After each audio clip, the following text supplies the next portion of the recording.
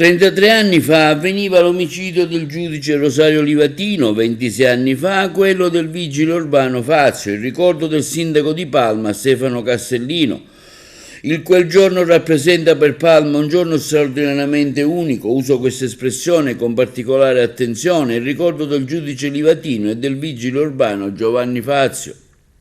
Il comando della nostra polizia municipale è dedicato a lui ed è imperito il ricordo del suo cruento sacrificio. Oggi Livatino viene commemorato in tutta Italia, ma per Palma assume un significato speciale, così come la memoria del vigile urbano Fazio, morto durante il servizio nella nostra città, un uomo solare vittima del dovere.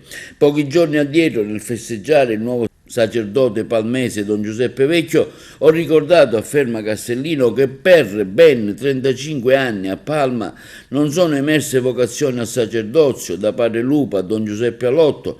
In quella giornata ho riflettuto sulla tragica finestra temporale. Quell'assenza di vocazioni, continua il sindaco, sembrava coincidere con una dolorosa mancanza di coscienza nella comunità.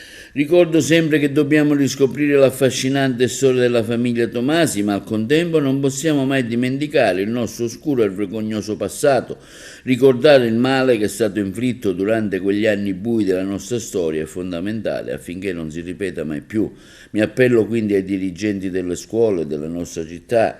Sia il bene che il male nella nostra storia devono essere trasmessi alle nuove generazioni, quindi è di vitale importanza che figure come Livatino vengano ricordate, di altissimo valore morale. Il 19 luglio, come ogni anno, ho partecipato alla marcia in onore di Borsellino, camminando a fianco dei giovani attivisti del movimento, ho realizzato ciò che per me era cronaca, per loro era storia. Se consideriamo le uccisioni di Guazelli, Fazio, Livatino, Borsellino, Falcone, Chinnici, Saetta, Cassarà e molti altri come semplici eventi storici distanti dal nostro presente, commetteremo un grave errore che ci rimproveremo amaramente in futuro. La mafia è un male che, per quanto possa sembrare sconfitto o arginato, non deve mai essere sottovalutato, afferma il sindaco di Palma Castellino.